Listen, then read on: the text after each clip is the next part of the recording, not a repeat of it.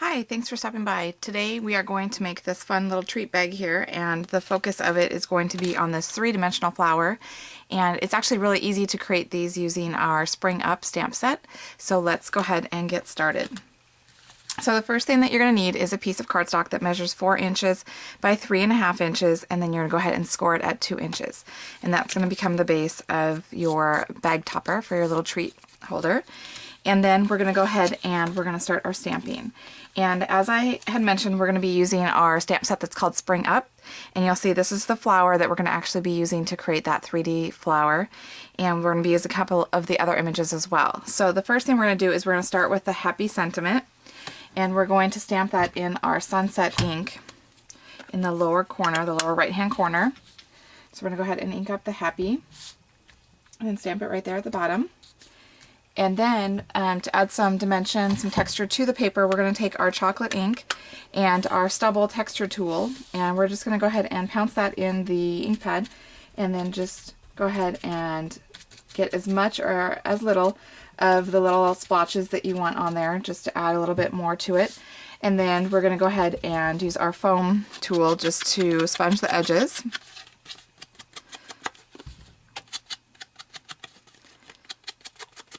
Okay, and then we're going to go ahead and we're going to take a piece of our pattern paper from our Bliss collection, and this one measures 1 inches by 3.5 inches, and we're going to go ahead and we're going to sponge that up as well in the chocolate ink so that it's consistent with the base of our bag topper. Alright, and then we're going to go ahead and we're going to glue this piece down using our Bonnie Memories glue. I'm going to go ahead and center it on that front panel of your bag topper, that's also a good reason to go ahead and do your sentiment first, so that way you can gauge where you should center that strip on there. And then we're going to go ahead and take the fun little corkscrew image here from the stamp set, and we're going to go ahead and ink that up in the chocolate ink, and we're going to create kind of like a stitching line along the seam between the cardstock and the Bliss pattern paper. I'm going to do the other side too. Okay, and then we're going to go ahead and start our flower. So what we're going to do is just taking a scratch piece of paper, I have some Colonial White here, and that flower image that I showed you. We're going to go ahead and ink that up in our Sunset ink, and then I'm going to actually stamp that off on my scratch paper just so that I can do second generation. But then I'm going to go ahead and roll the outer edges of that flower so that I get a nice two-toned effect with my flower. We're going to stamp that. So then you have this nice image that has some varying colors, so it adds a little bit more depth and dimension to it.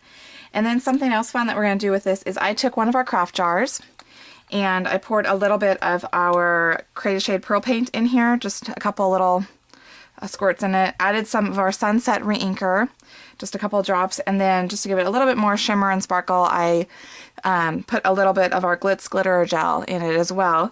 And then using our stylus, I went ahead and I stirred it up. And then what you have is a nice kind of thick, shimmery, I don't know if you can see it real well, paint. And what I did then is I went ahead and I used, still using our stylus, I went ahead and I just dipped it on those little dots from the pattern of that flower that we're doing, just so that it adds a little bit extra appeal, for visual appeal, as well as some depth, because these little dots that you're doing will have a little bit of a raised effect to them. So you're just going to go and do that whole thing, and then when you're all done, you let it dry, and it won't take very long to dry at all. And then what you're going to have is, I've already pre-cut it out for you. You can kind of see how it kind of shines and how it's got some raised edges. So that's what we're going for. So then, like I said, I just went ahead and took some scissors and cut around the outside of it. And then you follow that pattern. They have a nice little pattern for you to cut on the inside, so that helps you create your 3D flower. So to create your 3D flower, just to get a sense of how this works, this middle part is actually going to be the base of your flower. So you're going to start by curling, or rather rolling, this outer edge, and you can do it as tight or as loose as you want, and that's just going to change how tight or loose your flower is going to be. So you're just going to keep going around and around and around until you get to that center part. And obviously when you let go of it, then it's going to release and you're going to have that flower effect. And then what you're going to do is you're going to use some glue dots. you're going to go ahead and take one glue dot and put that in the center of that base so that it has something to sit on. So I like to use this big one so that way I have the whole area for it to go ahead and rest on. And then you just go ahead and press that in there. And then you can also take another one if you'd like to go ahead and seal this end if you want, or you can just leave it loose as well. And you have that nice flower. And then what I did is I just went ahead and I put a glue dot on the back of it. Just go ahead and seal it or adhere to my project.